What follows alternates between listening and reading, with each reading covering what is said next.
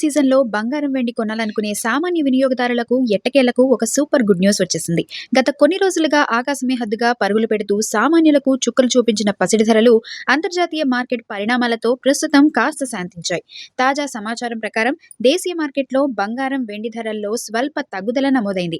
ముఖ్యంగా వెండి ధర కిలోపై ₹100 మేర తగ్గి దేశీయంగా సగటున ₹2,84,900 వద్ద కొనసాగుతోంది.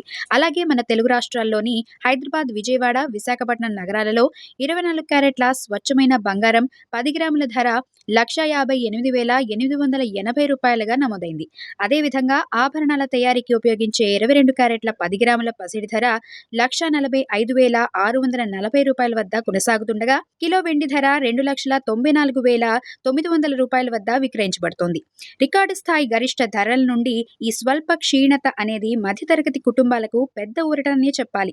ఎందుకంటే అంతర్జాతీయంగా ఉన్న అనిశ్చితి వల్ల రేపు ఉదయం ధరలు మళ్ళీ ఏ మలుపు తిరుగుతాయో ఎవ్వరూ ఊహించలేరు. కాబట్టి ఆభరణాలు కొనుగోలు చేయాలనుకునే వారికి ఇదే సరైన సమయంగా కనిపిస్తోంది. స్థానిక పన్నులు, రవాణా ఛార్జీల ఆధారంగా మీ ప్రాంతాల్లో ధరల్లో స్వల్ప మార్పులు ఉండొచ్చు.